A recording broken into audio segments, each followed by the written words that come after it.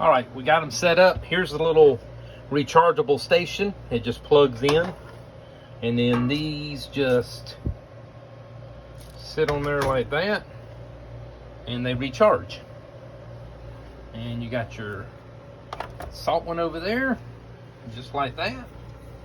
Blue light is on, and then you just take them off, and let's see how they work.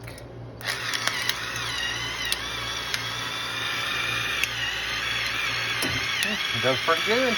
That's the pepper.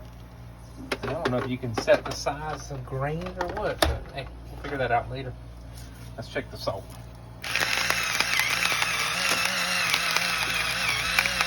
Yep. Well, they seem to work just fine. We'll put some steaks on the grill tomorrow and we'll see. But that is them. I got them on eBay for, I want to say they were like 12 bucks, which was not bad. And that's what they are right there. All right, thank you for watching.